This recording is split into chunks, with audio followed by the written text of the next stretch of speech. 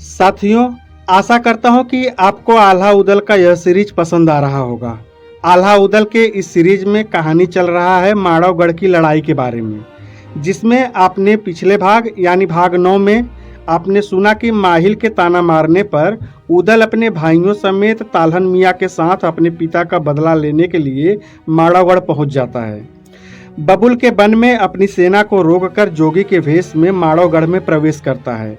वहां राजकुमार अनुपी से मिलने के बाद वह आगे बढ़ता है तो उसे अपने पिता के हाथी, घोड़े और पीपल के पेड़ पर अपने पिता और चाचा के टंगे सर को देखकर आल्हा रोने लगता है। तो अब आगे बढ़ें, इससे पहले वही पुराना रिक्वेस्ट कि अगर आप हमारे चैनल पर पहली बार आए हैं तो चैनल को सब्सक्राइब करें, बेल आइकन को प्रेस करें, वीडियो को ज़्यादा से ज़्यादा लाइक करें और ज़्यादा से ज़्यादा शेयर करें। यह काम करने में आपका कोई खर्च नहीं होता है, लेकिन आपके इस चैनल को आगे बढ़ने में काफ़ी मदद मिलता है। अब आते हैं कहानी पर। आल्हा ने बरगद के पेड़ पर टंगी खोपड़ियाँ देखी तो वह पहचान गया कि यह हमारे पिताजी और चाचा जी की ही खोपड़ी है। आल्हा से दशराज की आत्मा की आभा ने कहा, हमें अब तक आशा थी कि एक दिन हमारे पुत्र अवश्य बदला लेंगे, पर ये तो जोगी बन गए हैं। यह बात सुनकर आल्हा रोने लगे। उदल ने पूछा तो आल्हा ने उसे खोपड़ी की तरफ इशारा किया। उदल ने खोपड़ी झट से छाती से लगा ली और बोले, अब रोने की नहीं, खुश होने की बात है। अब तो हम बदला पूरा करने ही वाले हैं। तब तक भीतर से दासी लौट आई। उसे रोने का आभास हुआ तो बोली, सच सच बताओ, तुम किसी राजा के राजकुमार तो नहीं हो? अभी राजा को सूचना देकर तुम्हें पकड़वाती हूँ। तब मलखान ने बात संभाली और बोला, बांदी, इस बरगद पर भूत चुड़ैल रहते हैं, उसकी आभा डरा रही है, इसलिए छोटे योगी को रोना आ गया। मलखान की बात सुनकर दासी को संतुष्टि मिली तो वह उन्हें महल में ले गई। अंदर जाकर महल की सुंदरता देखकर सारे साधु चकित रह गए। खिड़की दरवाजे सब चंदन की लकड़ी से बने थे। वहाँ एक झील भी थी जिसमें हंस के जोड़े तैर रहे थे। छज्जों पर मोर नाच रहे थे, खंभों पर रतन जड़े हुए थे। बांदी ने उन्हें वहीं रोककर रानी कुशला को सूचना दी। रानी ने पर्दे में से 5 योगियों को ध्यान से देखा तो बांदी से कहा, तूने धोखा दिया है, मैं अभी तुझे दंड दूंगी। ये योगी नहीं है, ये तो कहीं के राजकुमार लग रहे हैं। इनकी छवि ही बता रही है कि ये योगी नहीं है। यह सुनकर उदल बोले कि हमारे राज्य में सूखा पड़ गया, हमारे पिता बचपन में ही काल के ग्रास बन गए, माता ने हमें योगियों को बेच दिया। रूप तो परमात्मा का दिया हुआ है, इसे हम छिपा नहीं सकते। रानी ने कहा, तुम्हारी गुदड़ी में हीरे मोती क्यों जड़े हैं और कैसे जड़े हैं? तब मलखान ने जवाब दिया, हम राजा जयचंद की राजधानी कन्नौज से आ रहे हैं। हमारा भजन सुनकर राजा ने हमें ये गुदड़ियाँ पुरस्कार स्वरूप दी है। तब रानी ने कहा कि आप नाचते गाते हैं तो वह हमें भी दिखाओ। फिर तो 5 ने अपने अपने वाद्य यंत्र संभाले और गाना बजाना शुरू कर दिया। राग रागनी उदल ने सुनानी शुरू कर दी। फिर मस्ती में उदल ने नाचना शुरू किया। उनका संगीत व नृत्य देखकर सारा रनिवास मोहित हो गया। यहाँ तक कि रानी ने पर्दा हटा दिया। रानी ने नौलखा हार पहन रखा था, जिसे देखकर उदल को अपने लक्ष्य की याद आ गई। क्रोध से उदल की आंखें लाल हो गई। तभी ताला सैयद ने कोहनी मारकर चिताया कि यहाँ कुछ गड़बड़ मत कर बैठना, नहीं तो सब कुछ चौपट हो जाएगा और हम सब यहीं मारे जाएंगे। उदल के आंखों में आंसू देखकर रानी ने पूछा, यह छोटा जोगी रो क्यों रहा है? सैयद ने रानी को जवाब दिया, बाहर बरगद पर टंगी सूखी खोपड़ियाँ देखकर यह डर गया है। इसे लगता है कि पेड़ पर भूत चुड़ैलों का वास है। तभी रानी ने पुराना किस्सा सुना दिया। एक दिन करिया राय ने महोबे में जाकर लूट मचाई थी। वह अपने साथ दशराज और बचराज को बांध कर ले आया था। उन्हें पत्थर की कोल्हू में पिसवा दिया और दोनों की खोपड़ियाँ बरगद पर लटकवा दी। उन्हीं की आत्मा की आभा कभी कभी बोलती है कि महोबे में जो कोई छत्री हो उनको ले जाकर गंगा में बहा दे और गया में जाकर इनका पिंडदान कर दे तो उनकी मुक्ति हो जाएगी। जोगियों को डरने की जरूरत नहीं है। तुम महलों में अपना संगीत और नृत्य दिखाओ, आभा तुमसे कुछ नहीं कहेगी। जोगियों ने अपना संगीत शुरू किया। उदल 3 घंटे तक नाचते रहे। रनिवास की रानियां, दासियां सब मोहित हो गई। फिर रानी ने उनको चंदन की चौकियों पर बिठाकर पूछा, तुम सबने जोगी बनने का इरादा क्यों किया? तुम्हारा असल निवास कहाँ है और अब कहाँ जाने का विचार है? तब उदल ने बताया, हम बंगाल के रहने वाले हैं, गोरखपुर में आश्रम है, गुरु गोरखनाथ के ही शिष्य हैं। अब हम हरिद्वार जा रहे हैं, वहाँ गंगा में डुबकी लगाकर हिंगलाज माता के दर्शन करने जाएंगे। इसके बाद सेतु बंध रामेश्वर जाएंगे। रानी ने कहा, वर्षा के 4 मास यही माड़वगढ़ में विश्राम करिए। मेरी बेटी विजया और बेटा करिया आपकी सेवा करेंगे। जब माड़वगढ़ से जाओगे तो छकड़ों में भरकर माल तुम्हारे साथ भेज दूंगी। राजपाट चाहिए तो राज दे देंगे। विवाह की भूख हो तो विवाह भी करवा देंगे। मलखान ने कहा, रानी जी, आपकी अकल कहाँ मारी गई है? हम तो बंगाल से आए हैं, हमें राजपाट या विवाह शादी से क्या लेना देना? हम तो रमते जोगी हैं। जोगी और बहते पानी को कौन रोक सकता है? इतना कहकर जोगी चल पड़े तो रानी ने मोती रत्नों से भरा थाल देकर कहा, अब 3 जन्मों तक भिक्षा मत मांगना। उदल ने एक मुट्ठी मोती लेकर सूंघे और पूछा, वाह, ये किस वृक्ष का फल है? पहले कभी नहीं देखे। तब रानी बोली, ये फल नहीं है, मोती है। उदल ने उन्हें बिखेरते हुए कहा कि चोर लुटेरे पीछे लग जाएंगे। कन्नौज की रानी ने हमें ये सुंदर गुदड़ियां दी है, आप यह 9 लखा हार दे दो ताकि तुम्हारी निशानी बनी रहे। तभी रानी ने बांदी भेजकर अपनी बेटी विजया को बुलवाया। बांदी ने जाकर विजया को योगियों के रूप का वर्णन किया तो वह समझ गई कि महोबे के राजकुमार ही जोगियों के भेष में आए होंगे। तब वह पूरी तरह से तैयार होकर आई। उसे देखकर उदल मूर्छित हो गया। विजया भी होश खो बैठी। रानी ने तब बांदी को आवाज लगाई, जा जा करिया राय को बुला कर ले आ, ये जोगी नहीं है, राजकुमार है। तब मलखान ने कहा, यह छोटा जोगी अगर मर गया तो मैं श्राप दे दूंगा, अभी महल में आग लग जाएगी और राज्य भी नष्ट हो जाएगा। यह छोटा जोगी तंबाकू वाले पान की पीक से बेहोश हुआ है। जब विजया को होश आया तो रानी ने विजया से पूछा, तुम्हें मूर्छा क्यों आई? तब विजया ने कहा, ये छोटी उम्र के जोगी हैं, इन्हें क्यों सिर मुड़वाना पड़ा? यह सोचते हुए सीढ़ी पर से पांव फिसल गया था। तब रानी ने कहा, विजया बेटी तो अभी आई है, तुम लोग दोबारा अपना गाना बजाना शुरू करो। फिर क्या था, जोगियों ने फिर से नृत्य और संगीत शुरू कर दिया। उदल की तान और नृत्य से सब रनिवास के महिलाएं मोहित हो गईं। कोई अपनी अंगूठी, कोई माला उपहार में देने लगी। कुशला रानी ने 9 लखा हार उतार कर उदल को दे दिया। जब जोगी चल पड़े तो विजया ने खिड़की के पास उदल की बाह पकड़ ली और अपने साथ ऊपर ले गई। उसने कहा, तुम महोबे के राजकुमार हो, तुम्हारा नाम उदय सिंह है, तुम छुपकर जोगी बनकर यहाँ आए हो। तब उदल ने कहा, इस शक्ल के तो बहुत सारे लोग होंगे, मैं उदल नहीं हूँ। तब विजया ने बताया कि तुम माहिल के पुत्र उभय की शादी में बारात में बैंजनी पगड़ी पहनकर आए थे, हमने तुम्हें वहाँ अच्छी तरह से देखा था। तब उदल मान गया कि विजया ने सही में पहचान लिया है। विजया का आग्रह था, मैं उदल से अभी विवाह करने को तैयार हूँ। उदल ने कहा, मैं चोरी से विवाह नहीं करूँगा, पहले अपने पिता का बदला लेने के बाद ही तुमसे सारे समाज के सामने विवाह करूँगा। विजया बोली, आप गंगा की कसम खाओ। उदल ने कसम खाकर विजया से विवाह करने का वचन दिया। फिर विजया ने बताया कि माड़वगढ़ के राज्य में 4 किले हैं, एक में अनुपी भाई राज करता है, दूसरे में बड़े भाई सूरजपाल का शासन है, एक में करिया राय राजा है, तो लोहागढ़ में स्वयं मेरे पिता जंबे राज करते हैं। लोहागढ़ का तो मार्ग ही बहुत कठिन है। आप पहले बबुरी वन को मैदान बनाकर अपनी सेना वहां एकत्र करो, फिर नीति पूर्वक योजना बनाओ। अब उदल द्वार की ओर चल पड़ा। जोगी बने सब बनाफर द्वार पर उसकी प्रतीक्षा कर रहे थे। पूछने पर उदल ने सच सच बतला दिया कि उसने विजया से विवाह का वायदा कर लिया है। इस पर आल्हा और मलखान ने कहा, पहले जिस काम के लिए आए हैं उस पर ध्यान दो। तब सब लोग आगे चले। चलते हुए लोहागढ़ पहुंच गए। द्वारपाल ने जाकर जंबे राजा को सूचना दी और उनके भीतर आने की अनुमति मांगी। जंबे ने उन्हें अंदर बुलवा लिया। अंदर जाकर दरबार की शोभा देखकर वे सब हैरान रह गए। यहाँ भी उन्होंने बाएं हाथ से ही प्रणाम किया। करिया राय भी राजा जंबे के साथ ही बैठा था। राजा ने जैसे ही बाएं हाथ से सलाम करते देखा तो वह क्रोधित हो गया। उदल ने तुरंत कहा, जिस हाथ से हम माला जपते हैं उससे आपको प्रणाम करेंगे तो योग भंग हो जाएगा। उदल की बात सुनकर राजा प्रसन्न हो गया, परंतु दूसरा प्रश्न उसने पहने हुए जड़ाऊ चोलों के विषय में पूछा।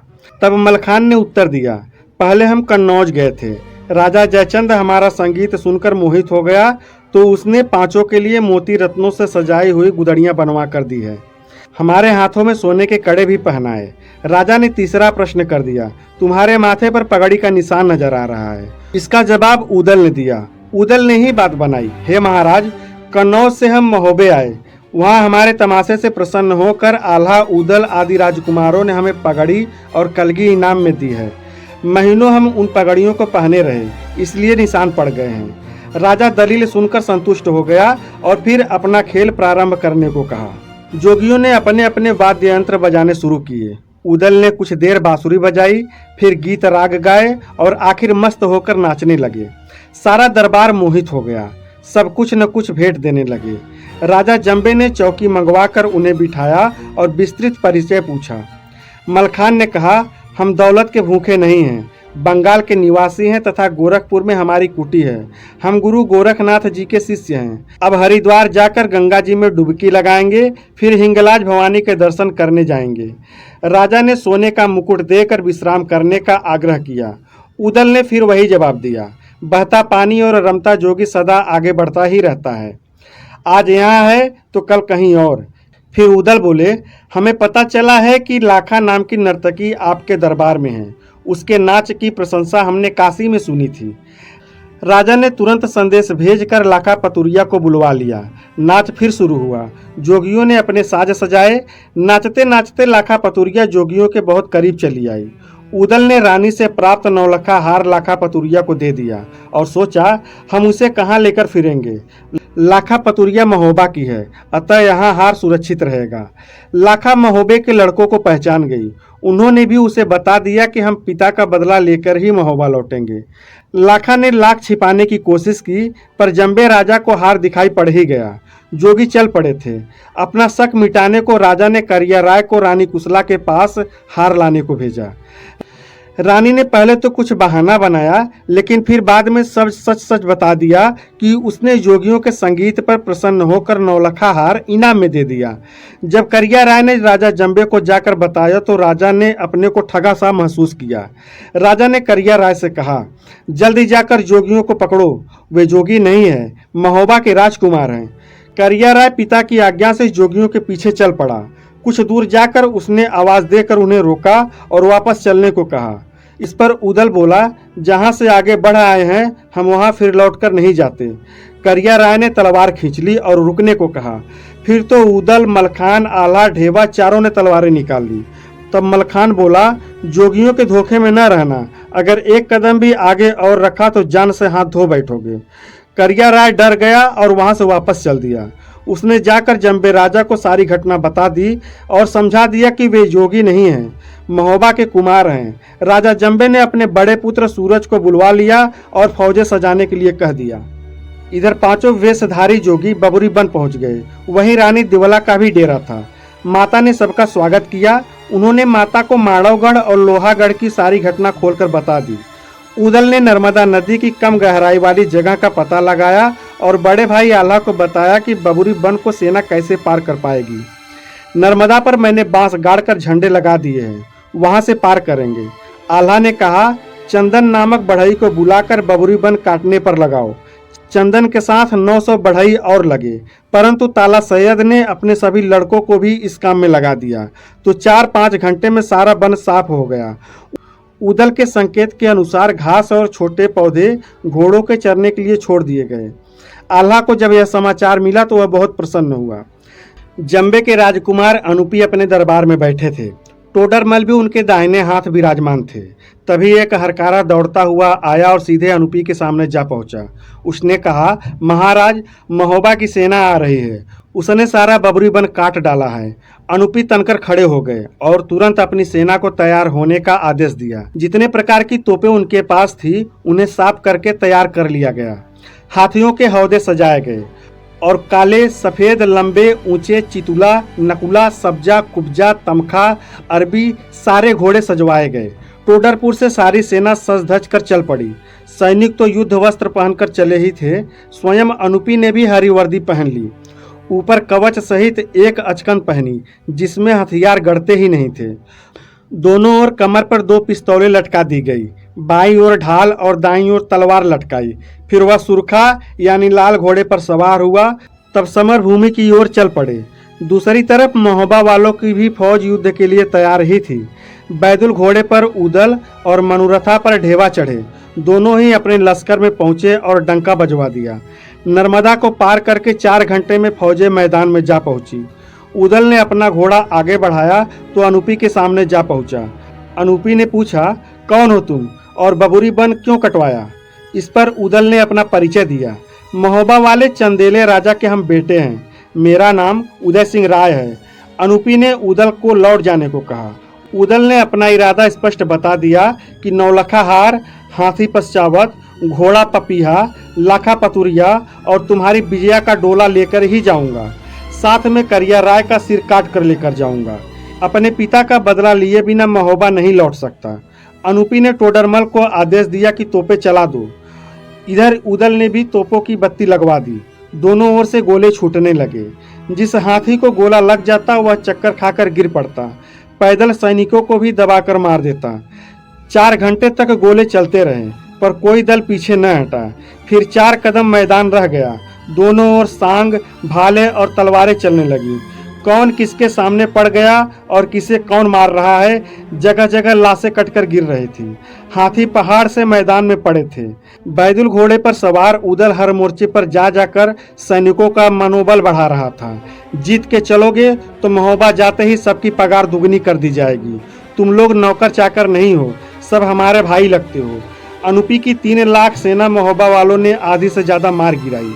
अनुपी की सेना मैदान छोड़कर भागने लगी। उदल और अनुपी राय फिर एक दूसरे के सामने पहुंच गए।